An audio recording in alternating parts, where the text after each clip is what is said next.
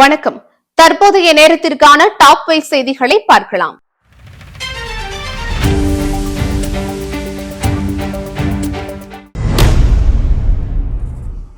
அதிமுகவின் 54வது ஆண்டு தொடக்க நாள் விழாவை முன்னிட்டு வரும் 17, 18 தேதிகளில் மாநிலம் முழுவதும் பொதுக்கூட்டங்களை நடத்த அதிமுக பொதுச் செயலாளர் எடப்பாடி கே பழனிசாமி உத்தரவிட்டுள்ளார்.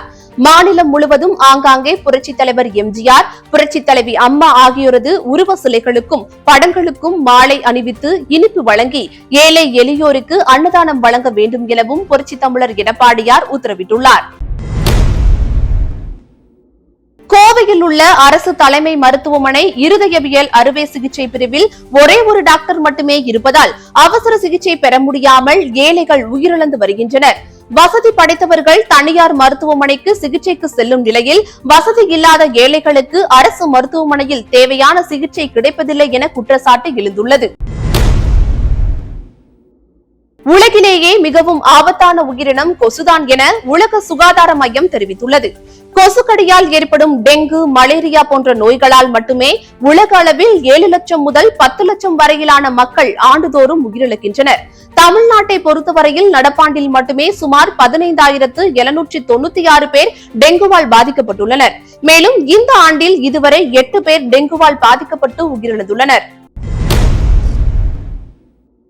காஞ்சிபுரம் மாவட்டம் ஸ்ரீபெரும்புதூர் அருகே உள்ள சுங்குவார் சத்திரத்தில் இயங்கி வரும் தனியார் மருந்து உற்பத்தி ஆலையில் தயாரிக்கப்பட்ட கோல்ட்ரீஃப் இருமல் மருந்தை உட்கொண்ட 20 குழந்தைகள் உயிரிழந்தது உறுதி செய்யப்பட்டதை அடுத்து கோல்ட்ரீஃப் மருந்து உற்பத்தி ஆலை தற்காலிகமாக மூடப்பட்டுள்ளது.